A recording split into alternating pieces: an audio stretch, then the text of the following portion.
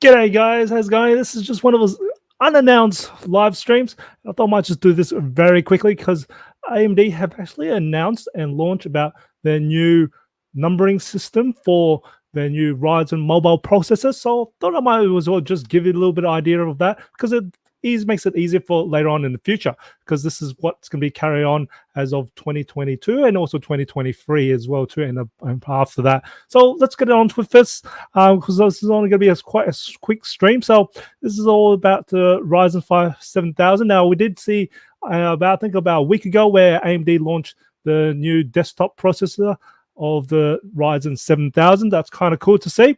We'll just go through what we want to know about is this one here. It's about the numbering system for the. So what they're going to do is make it a little bit easier and consistent, just so you can read the numbers. Now they are starting with 7,000 because I guess it's pretty much making it very similar to the desktop, so you know kind of the generation it is as well too. So the first number is going to be pretty much which year it comes from. So of course we're starting as of 2027. 2023. It's going to start with number 7. So they're going to keep it consistent with the desktop numbers as well as the mobile numbers. So and then after that will be 8. So then that means it's year of 2024. So then we can make that. Now I'm just going to find out what's going to happen after the 10th year. Are they going to go roll back to that? Put another extra digit will be then become maybe 10.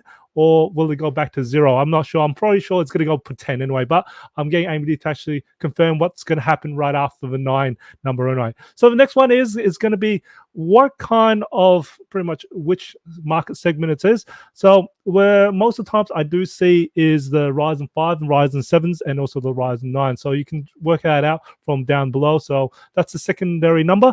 Now the third number is the architecture. So we're actually we can make it easier. So this is probably the more important one for us to know because we can find out as different architecture will actually give you different ICP boosts as well as different basically you'll find out more better speed of course as you get broader numbers. So at the moment they are launching the 4th Zen 4, so that's what we really are currently at, although we do see some Zen 3s as well too. So the 3 and 4 numbers is quite going to be what we see this year and next year as well, and then we'll have the 5, and that makes it easier. Now then the last number that's reserved is pretty much if the default is 0, and this is the isolation feature. So if it's been boosted or been doing something different to it, they'll add a number 5 number in for just to tell you there's something a little bit different than the usual chip that comes from the user series anyway. And then after that is the form factor from it. So we got U.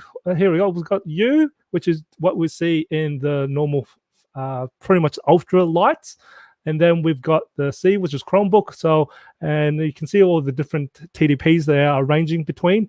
And then the HS is more for the gaming sort of market. That's the thin and light one. And then we've got the max core, which is where they just let it run, use around about 55 and above anyway. So that's the HX ones there. So have a look at. So that's the numbering system, and you can probably just see what they're kind of aiming for. So in all the second number, as we're just really talking about the 7 and the 2, and just to give you a better idea of what the market of each particular, well, pretty much processor is going to try and aim in a way, and where the laptops are going to be anyway. So that's kind of cool. But again, we just went through all this very quickly anyway. So oh yeah, the E series is interesting because we got like fanless versions anyway. So I think they're closer to the Chromebooks. Sometimes I see them doing fanless as well too, because they don't really run that much on power anyways, and they're not that crazy.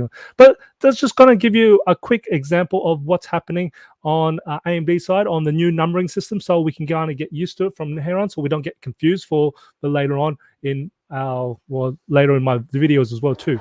And I hope you find this actually useful. And as always, sorry I haven't been streaming much. It's just been so busy. I'm doing a lot of other stuff, but I thought I might just do just a quick stream for this, just to give you guys a bit of explanation, to just tell you guys that AMD actually changing their numbering system in a way. All right, guys. Have a fantastic weekend and have a fantastic week if you're wherever you are, and have all good night to whatever it is. Thank you very much, and I'll definitely, imperfections in life makes it beautiful and interesting, and I'll see you guys in the next stream. See you guys.